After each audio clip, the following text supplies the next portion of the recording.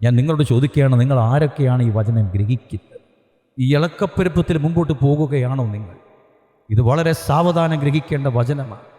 കർത്താവ് പൊതുജനത്തിന് മുന്നിൽ പുരുഷാരത്തിന് നടുവിൽ കഥയൊക്കെ പറഞ്ഞ് അടിച്ചിളക്കുമെങ്കിലും ശിഷ്യന്മാരുടെ അടുത്ത് സന്ധിയിൽ വരുമ്പോൾ സ്വകാര്യവും സ്വസ്ഥവുമായി അവരിങ്ങനെ വളഞ്ഞിരുന്ന് അവർ ചോദിക്കുന്ന ഓരോ പകൽ സംസാരിച്ച ഓരോ വാക്കിൻ്റെയും അർത്ഥം എന്തെന്ന് അവർ ചോദിക്കുമ്പോൾ യേശു വളരെ സൗമ്യതയോടെ സാവകാശമാണ് നമുക്ക് കാര്യങ്ങളെല്ലാം പറഞ്ഞു കൊടുക്കുന്നത്.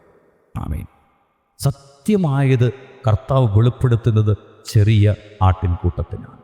ബഹുപുരുഷാരത്തിനല്ല ദൈവം സത്യം വെളിപ്പെടുത്തി കൊടുത്തത്.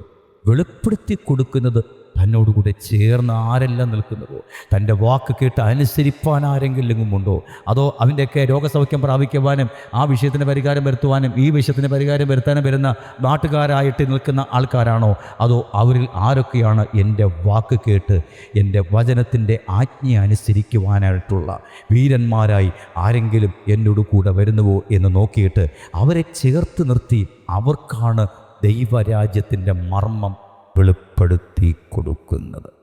നാളുകൾ ഇതുവരെയായിട്ടും ദൈവരാജ്യത്തിൻ്റെ വചനം കേട്ടിട്ടും അത് ബോധ്യമാകുവാൻ കഴിയാതെ നിങ്ങളായിരിക്കുന്നുവെങ്കിൽ മറ്റൊരു കുഴപ്പമല്ല. പ്രശ്നം എന്താണെന്നറിയാമോ? നിങ്ങൾ കർത്താവിനെ ആശ്രയിക്കുന്നത് നിങ്ങളുടെ സ്വാർത്ഥമായ ആവശ്യങ്ങൾക്ക് വേണ്ടിയിട്ടാണ്. നമ്മുടെ ഭൗമികമായ ആവശ്യങ്ങൾക്ക് വേണ്ടിയിട്ടാണ് നമ്മൾ കർത്താവിനെ ആശ്രയിക്കുന്നത്. അല്ല, അവൻ എന്തു പറയുന്നു അവൻ്റെ വാക്ക് കേട്ട് അനുസരിപ്പാൻ. യേശു എന്താണ് പറയുന്നത്? അവൻ്റെ വാക്ക് കേട്ട് അനുസരിക്കുവാനുള്ള വാഞ്ചയോടുകൂടിയാണ് നിങ്ങൾ ഈ വചനം കേൾവിയിൽ ഇവിടെ ഇരിക്കുന്നതെങ്കിൽ ഉറപ്പ് നിങ്ങൾ കേട്ടുകൊണ്ടിരിക്കുമ്പോൾ തന്നെ ആത്മാവ് നിങ്ങൾക്കതിൻ്റെ എപ്പോൾ തിരിച്ചു തന്നുകൊണ്ടേയിരിക്കും. നിങ്ങൾക്ക് വീട് വരെ കൊണ്ടുപോയി അതിനുവേണ്ടി ധ്യാനിക്കേണ്ട ഒരാവശ്യമില്ല. ഈ വചനം കേട്ടുകൊണ്ടിരിക്കുമ്പോൾ തന്നെ ആത്മാവ് അതിനെ വിഭാഗിച്ച് നിങ്ങളുടെ ഉള്ളിൽ നൽകിക്കൊണ്ടിരിക്കും.